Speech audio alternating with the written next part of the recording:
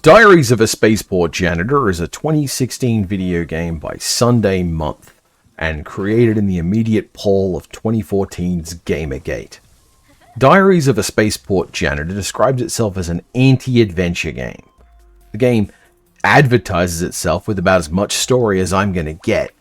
You play as the Janitor, an Alliance girl beast with municipally subsidized trash incineration job who dreams of leaving Zabran's Rock far behind her. In case you were wondering about whether or not the Janitor manages this heroic task and successfully claims the sky and freedom that it represents, no, that doesn't happen. This game is instead focused on the narrative of not successfully changing one's life. The spoilers for a game about being how bad things suck, I suppose. This is a beautifully stylish game. Aesthetically excellent, brightly colored, with a wonderfully junky characterization. What really stands out to me, what I found myself loving in this game, which I otherwise didn't love, was the music. Beautiful music, fun and funky, alien and weird, filling a space with life and vibrancy, with all these weirdo characters of all sorts of different types of people. The gameplay loop is pretty simple. The Janitor wakes up, looks around for things that the Janitor can turn into a currency, and then, things in hand, look for the machines or tools or people that will turn it into currency. The world of Zabran's Rock is full of people doing drugs, eating bad food, selling cheap tat, hawking wares in a rotten way, and buying garbage they don't want. The Janitor can burn things for currency that don't pay out until tomorrow, but the Janitor can also sell found goods to people who want to buy them. Of course, because nothing is convenient, those people move around, and they aren't around consistently and don't have the same return on everything when they sell it. The market is fluid, and the fluid is piss. Even good deals and good information is precarious and temporary. It's an economy game, but aren't they all? Unlike other games in the genre like Stardew Valley or Minecraft or iconic trading game Gazillionaire, the economy of Diaries of a Spaceport Janitor is prodigiously hostile. It's easy to assume that a game about trading and scavenging has certain accessibilities, things to give a player a ramp to progress from nothing to something, then to parlay into bigger and more interesting somethings. That assumption in this game is simply wrong.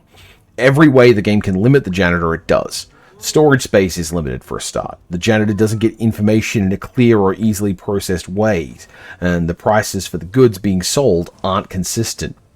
If there's a map, I've yet to find it. Diaries of a Spaceport Janitor is at its root a trading game of dealing with capitalism and information overload, and I don't think it's unreasonable to assert that the design choices in this game are about making sure that interacting with those systems sucks. The Janitor isn't even protected by the normal conception of laws, where a game might use guards or police to signify why players can't do some things that are considered crimes. In this case, the guards show up to randomly shake the Janitor down for whatever meager savings they can claim. It's a game full of random bad luck. The Janitor can get sick, which impedes the ability of the Janitor to eat, and that inability to eat impedes any ability to sleep, and an inability to sleep means there's no access to tomorrow when the currency payout happens. As well as illness, though, the Janitor has the problem of occasionally getting gender dysphoria and needing treatment for that. It forces the Janitor to find one of the facilities that deal with it, and even then, those facilities require nearly random amounts of money that may just completely vaporize everything in the Janitor's pockets. It's just another competing need, another unique medical concern, but in this case, the game makes it very clear it's specifically an internal problem that the player character has to tangle with in a way that's orthogonal to other medical problems. Still, it's this economy the game presents as its main interface with the world, and it contains my favorite bit of world building in the game. See, there are people who buy dirt and containers and people obsessing about particular magical components, but there's also vendors who sell what I think of as adventuring supplies. Conventional supplies that are clearly designed for the typical adventurer. Magical guns, superior swords and spells, cool armor and hoverbikes, things whose prices are measured in the thousands of times more money than I've ever seen the Janitor have. It's a fascinating component of the game's design. It speaks to the world as a place that the Janitor works in, but it's not a world made for the Janitor. Nor is it a world that shaped the Janitor. Such a place would have made someone more capable of engaging with its ways of being more naturally, more intuitively. It's a world made for other people. This place is colorful and bright because whoever is coming to town on the way from point A to point B on their quests, which are extremely clearly lucrative, is spending enough money to sustain an economy for just themselves, and that economy has enough spillover to feed traders and hawkers, and those traders and hawkers attack the artists and the musicians, and those artists and musicians attract audiences and buyers, and the audiences and buyers give rise to the drug dealers and the litterers, and all this water-falling bucket pouring into bucket design finally spatters onto the ground as a wet stain for the janitor to clean up. When we talk about things in spaces in games, we tend to think in terms of instruments, in terms of the things that we can interact with, and what that means for how we interact. Doom, for example, makes its instrument clear, front and center when it starts, with just a big old honking gun just sitting in the middle of the screen. Narrative adventure games are often built around the challenge of working out what in the game is an instrument and what's not. Diaries of a Spaceport Janitor works from the ground up. The instrument of the game, the things the players use to make the janitor interact with, the things that drive the game forward, is garbage. It's the garbage of a culture of transition. Everything is something someone threw away because they were done with it. Everyone else is dealing in trash because it's all they have. Hell, the janitor is dealing with the trash other people can't be bothered to deal with. It's the transitional trash of transitional trash. The game then sets up destitution for the player such that the trans trash becomes thrilled to find trans trash. I've talked in the past about an idea from Foucault where he talked about places that exist to be passed through but never lived in. Places that are inherently alienating, places that are made to be incredibly comfortable and have the conveniences of living but not the conveniences of living long. It creates a space that is accommodating for a moment and hostile for a month. They are decked about with signals that people should not remain. They say, move on, that you don't belong, that this place is not made for you, and if you are here, you are not here to stay. These spaces are exhausting to spend too much time in and incredibly hard to work in. Even those jobs that have the least interaction, the least need to talk to people, still have the demands of the place put on them. The workers in airports aren't supposed to hang around in the social space on their breaks, just as janitors need to be inconspicuous while they clean. The people who work in these places aren't meant to enjoy the benefits of this space, the comfy seats and the PowerPoints and the conveniences. They are for the people who will not stay. They are for the people who will use them the least. There's a term for these places. Foucault called them heterotopias. This is a game made about a time in which the people who wanted, quote, games to be fun, end quote, was the cause and rallying cry to abuse the world around them. In a point in history where the people who demanded games be more limited, be more like a single proper way to not experiment and to not try, Diaries of a Spaceport Janitor was a game that seemed to resist the definition. And it's not like it's not compelling. There is a greater story here. There is a quest. There is a thread that I never successfully got my hands around. What I remember of this game is stuff like... Well, look, okay. There was a point in the game where between being shaken down for my money, an emergency gender dysphoria attack, and the closing of night, without even battery for my incinerator, that I staggered around the spaceport, checking what was on the ground, in the hopes of finding something I could eat. Because if I couldn't eat, I couldn't sleep, and if I couldn't sleep, I couldn't advance to the next day, so I couldn't get my next influx of cash.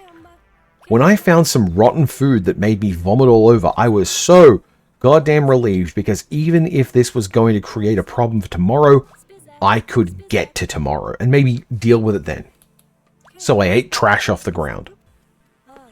This is a pretty rough experience for a game to get me into, and while I'm absolutely impressed, it's still grim as hell. Pastel colors and chunky pixel art with singing aliens notwithstanding. This game gave me the experience of subsistence living, just on the far side of rough sleeping, and like, there's no reason for me to have kept playing at that point. When I was starving in a rainy night, staggering around looking for food to, I need to repeat, eat off the ground, recovering from having been robbed and having an attack of the genders, there was literally no reason for me to keep playing the game. I did not have the grand quest in front of me. I had not gotten that far. I was in the loop that's meant to keep you from that, and I was stuck. I did keep playing, though. The game had me engaged. It wasn't until after I hit the pillow with the mess of whatever the hell I chugged down rumbling in my guts to make me sick that I stopped to go, hey, wow, this is messed up. The next day was a festival day. And that was nice.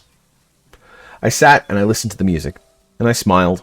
I picked up trash after the night came and the festival ended, and I got back into the grind for another while. It makes sense, though. Not to pretend otherwise about my preferences, I'm not wild about games that approach the world building from this footing. The kind of queer video games that diarize painful experiences or culminate in player death or failure, or just defy the convention of games being interesting and fun to enjoy, as if the space of queer art is defined by its relationship to just being miserable. It's not my thing. It seems to speak of the idea that the power fantasies are the things the non-marginalized make for themselves, and therefore those who are marginalized should instead make the spaces that they make games in the ones that defy those power fantasies. As if fun is the tool of the oppressor. It's not even like this game isn't fun, but the vibes it's making me experience are not. I don't want to be seen as saying games like this shouldn't exist, even if there were too many of games like this that existed, and there aren't. Any single specific game shouldn't bear the burden of the trend on its shoulders. As much as we can point to a trend where women are presented in mainstream movies in a particular way, we can still point to a way that queer media tends to be about spaces that other media leaves alone. I know I was biased against the type of game Diaries of a Spaceport Janitor chooses to be. It calls itself an anti-adventure game. The game starts with a call to adventure, then punished me for trying to answer that call, and the optimal outcome is to not change anything and, okay, yes, get rid of the cursed skull. But we all live with our own cursed skulls, right? Right? My goal was to return to the point in the cycle I was at before I was foolish enough to try and want to change my poor little janitor's life. I've never finished Diaries of a Spaceport Janitor, and I would never ask it to be something else. It is engaging and enthralling, and this whole article is based on what I wrote about it 6 years ago. This game is 10 years old, and the world it was responding to is now the world that everyone has to accommodate. I think about this game a lot, and even when I went back to collect the gameplay footage for this video, I was struck by how amazing it sounds. Even in despair, even in this worst version of the worst place, we can listen to the music and we can dance. This video was made with the support of my patrons over on Patreon. Thank you so much for what you do. This was really cool of you.